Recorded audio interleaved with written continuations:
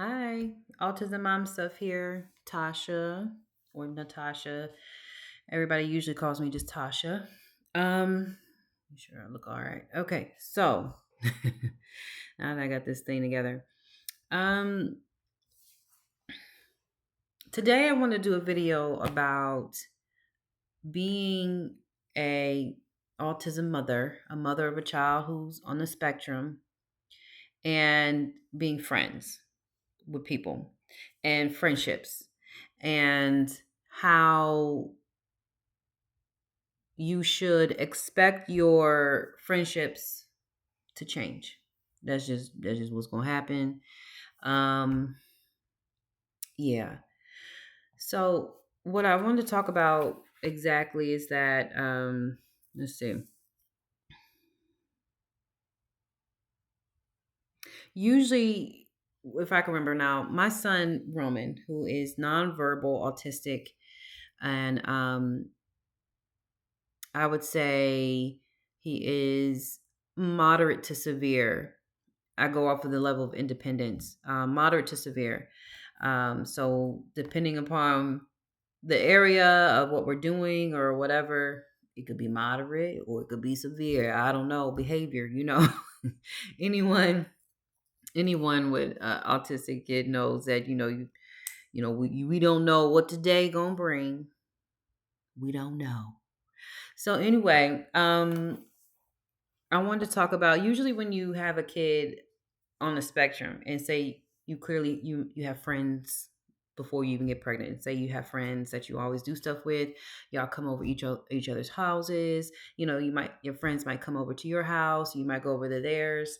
And say you already have a kid that is not on the spectrum. You just have a regular neurotypical type of kid, right? Um, and you go over each other's houses, or let's meet up at the coffee shop, let's meet up at the mall. Usually moms get together regardless of the age. I'm not going to make this an age thing because there's women who have children, well past their 40s and whatnot, and some maybe even older. But so it's not about an age thing. It's just about when you are a mother and you have small children or just children in general. Usually we get together with our kids. If they're still children that need to be watched and whatnot, right? You get together with your kids. You go meet up with your girlfriend. You go to the mall. She come over your house. You go over her house, or whatever the case may be. And a lot of times it's with the child. So or children, depending upon what are you doing, what all you're doing. Could be walking home from school. Like you're picking your kids up from school and walking home from school. I'm happy that and grateful that I live in a neighborhood where a lot of that happens, and we get to walk to school and walk home, and it's as safe as I think it can be, at least nowadays, right down here in Texas. And expect that to change. Just expect it to change, and it's unfortunate, but it maybe sometimes it might not change for some people. But I do know that the easy flow of friendships as an adult when you have a kid on the spectrum, and depending upon where that kid falls, I would expect I would expect those friendships to change, or at least some might not even last. You know, um, So I'm here to give a heads up. If there's anything that I'm doing with all my videos here about autism mom stuff, yes, I don't want to be too clinical or whatever. It's not really how I am. And I'm more of like an experienced type of a person. So we could talk about many things to do with autism, but what I found challenging for me being a parent with a kid on the spectrum was just the regular, like just typical day to day things and day to day scenarios and situations. So I wanted to talk about that a bit, and maybe if there's something I can give a heads up to other moms who have no idea what the heck are they going to do. um you can you can look me up and I'm gonna give you a heads up. Okay. um so yeah, there's that. I found it difficult doing typical mom things because my kid was aggressive. Once he got aggressive, it turns into, hey, we just supposed to meet up and have some coffee at the Starbucks while the kids sit over here, or we go to the mall and the kids can play in a little play section or Chuck E. Cheese, whatever it is, right? I found it difficult because my kid gets overstimulated.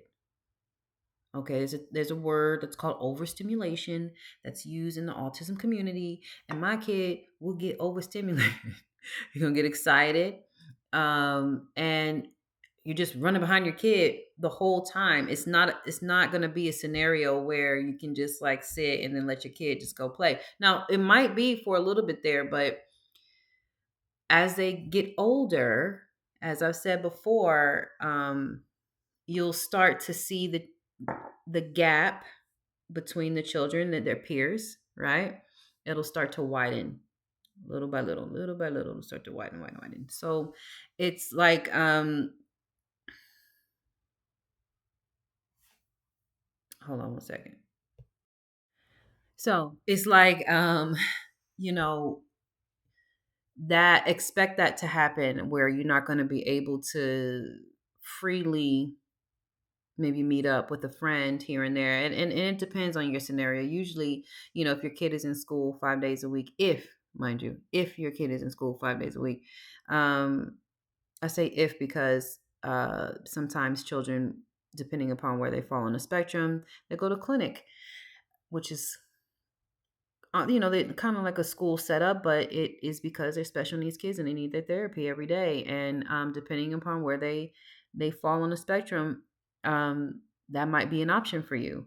Whatever is best for you and your family and your kid, you should do that. Whatever is best for you, your family, and your kid, you should do that. If that means being in school 5 days a week, even if you can even do half times, you can do like 2 days at school, 3 days at the clinic, and they'll work on things that they should be doing behavior wise, whatever, at the school. Like, it just depends. Like, figure it out what's best for you and your family. But as far as friendships as a mother with a kid on the spectrum, I found that very difficult to maneuver, where it's like, oh, hey, meet up at the I remember it was like, meet up at the beach. This is when we were in Okinawa. I'm a military spouse, so we were in Okinawa, and I remember I wanted to start like working out and getting other moms to work out, this, that, and the other. And there was this one group where they would go and do things outdoors, which I love to do. I love like walks and hikes. I encourage people and families, go on a hike, go on a walk. I like to be around the trees and outside. It's like very calming, I noticed. But anyway, um so there was this workout group where they would um, go out and about. Now, Okinawa is absolutely beautiful. Maybe not the buildings, but like their beaches and like just the outdoors of it. The culture is really one of the most spiritual, maybe even beautiful places I've ever lived. I ever had the privilege of living there in my entire life. It was really a beautiful experience. Um, but one of the sometimes they would do exercises. I remember they were getting on paddle boards to go out in the water. And I was like, But a lot of them, they brought their children. And I was like, well, where's my kid going to go? Because where did my kid going to go? Because Roman is not sitting on the paddle board with me. I can assure you this. Life jacket or not, he is not going to sit there while I'm on the paddle board trying to have a good old time, and work out and do something different and fun. And he's not going to sit there with mommy. He's just not going to do it. So, couldn't do that. Um, a lot of times that I notice with friendships, and we get together with kids, I'm trying to just like think. If when you see me looking off to the side, a lot of times I'm just like trying to think. Let's see. I wrote some things down to help me. Okay. So, okay, so I said expect the friendships to change, right? Because you're not gonna, depending upon your kid, you're probably not gonna be able to move the same way, which is why I did a video before saying autism moms, autism people with autistic kids, autism families, we move differently. We just do. You're gonna have to start trying to like do things without your kid, like even meeting up with your friends. Like those are gonna be the only moments um, that you're gonna probably have where it's like, you're not working, where you're not working and try, I don't know another way to really explain it. Another thing that I noticed too with friendships, when you have a kid that's on the spectrum, um, milestones. A lot of times you can get together with friends and, kids they reach their milestones. Now this one is a tricky one for me because again, my kid Roman was not born with any of these symptoms. So um, he was hitting his milestones just fine. Um, and there was a change, and that's a conversation like I said before, I'm not probably going to have. However, um, when the change happened, then I had to move differently. I was like, whoa, what is this? Okay, here we go. And it can be very jarring sometimes because, again, you'll see the space in between start to like the gap will start to widen, and you'll see it. It'll be very, very clear. And what'll happen is you'll be with other parents, people that are your friends, and they're talking about this milestone. Oh, my kid did this, my kid did that. And I remember thinking like, well, my kid didn't do that yet, or oh no, no, well, oh, you know. So it might make you feel a ways. It might. If I'm being honest, it made me feel a way. Um, just because, like, you just like want your kid to hit the milestones. You know what I mean? Like he should be developing. He or she should develop typically. And when you're in a scenario like having a kid who has autism, they're not developing typically. They're developing, but just not in that in the traditional, in the typical way that's as children should, right?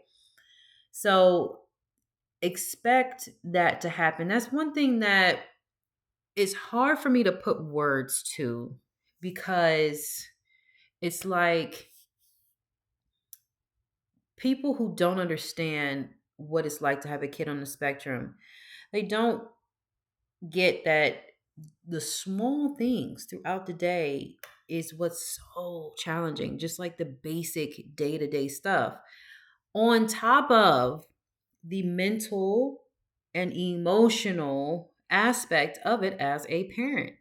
And a lot of times, if you put yourself in certain situations and say, your heart is still very open and raw and broken, I'm just gonna be honest. It's a heartbreaking thing at times, because you don't know necessarily what you're up against, and you don't know the behemoth that autism really is.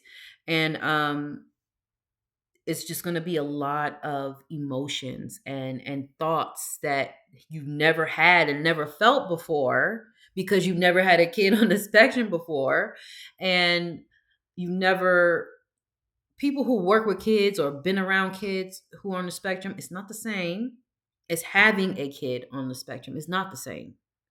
Like they get to work and go home, and autism is not existing in their day-to-day life. I'm talking to women, and I'm talking to moms who autism is very much so present in our day-to-day lives. And is the crazy thing is it's going to look different for everybody. That's what's nuts. Like, like, they all have this diagnosis, but it looks different on every kid. there's some similarities. Sometimes there's no similarities. There's high functioning, there's severe, and then there's everything in between. You know,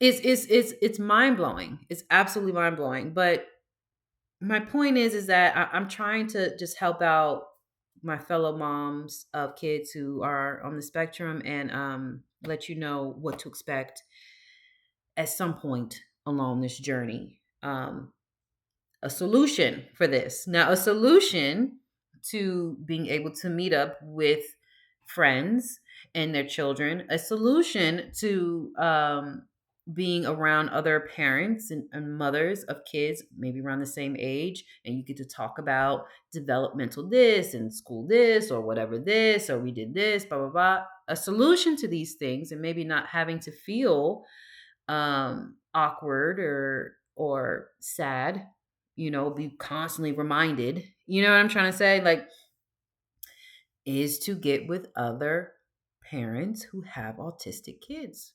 And which is why even now, even today, I'm trying to navigate friendships, and even within those friendships, there's certain things that'll happen or that'll be said that the other friend will say. Now, mind you, these are the friends that don't have kids on the spectrum. They might work with them, but they don't have children on the spectrum. This is not in their personal day-to-day life, right?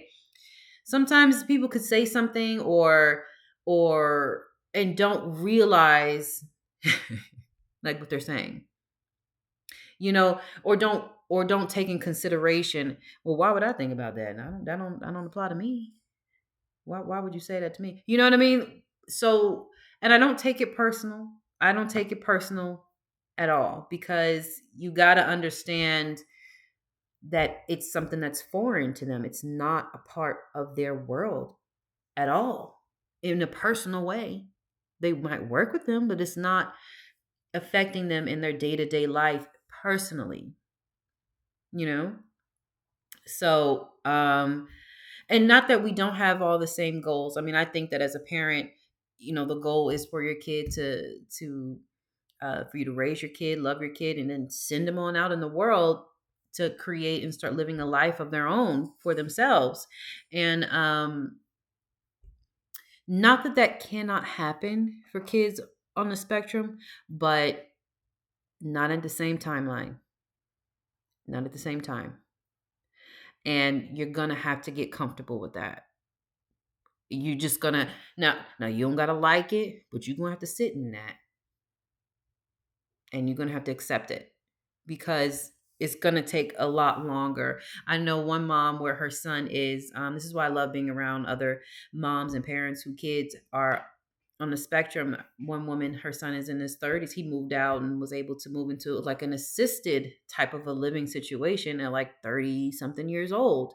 That's a reality, you know, for us autism families. And we have to, again, get creative how we're going to go about this. This is why I say, yes, you can have, the milestones, or as neurotypical kids develop, and you can keep those. But if you're if you want to have a little bit of peace, you want to get rid of it. You know, just get rid of it, and just develop your kid as they are, and take it slow and one day at a time, and be grateful, and try to enjoy your child, like, for who they are, you know. But again, it's not that autistic kids can't move out and live typical lives. Many do, but very, very many don't. And if they, in a lot that do, they probably have to live in some sort of assisted type of a situation. Okay. But the sooner that you can um, deal with it within yourself, mentally and emotionally, the better off you're going to be around, parents of neurotypical kids, or having friends that have neurotypical children, and not any kids that are on the spectrum. But I would highly suggest that the solution to combating a lot of the mental thoughts and emotions that you will feel them, and it's normal to feel them. Like, it's whatever. Like, yeah, I felt kind of way. Like, like, oh, your son didn't. Well, my son ain't doing this just yet. Yeah, I'm gonna feel a way about it. I mean, I let it go, but like, to deny that there's no type of reaction or emotion that you will feel, I would be lying to you, and I'm not gonna lie to you. Again, I'm speaking to moms who have kids on the spectrum, and they find it very, very challenging to navigate life. I'm just letting you know that expect your friendships to change. Um, in some aspects, they're going to go away completely, depending upon what type of friendships you have. That's the one thing about autism that people, I think I might do a separate video about this, but I'll say it is just that having a kid on the spectrum is going to like introduce yourself to yourself. Catch that. Okay, let me take a sip. Mm-hmm. Mm-hmm. Mm-hmm. Having a kid on the spectrum will introduce you to yourself. That's another video. I'm gonna just drop that right now at the end. But and what comes out is who are you really? And then what comes out of that is gonna be authenticity. And you'll see what friendships are authentic and not. And that's just how it is. And let them go. They fall by the wayside. They fall by the wayside. Let them go. Let them go. You be all right.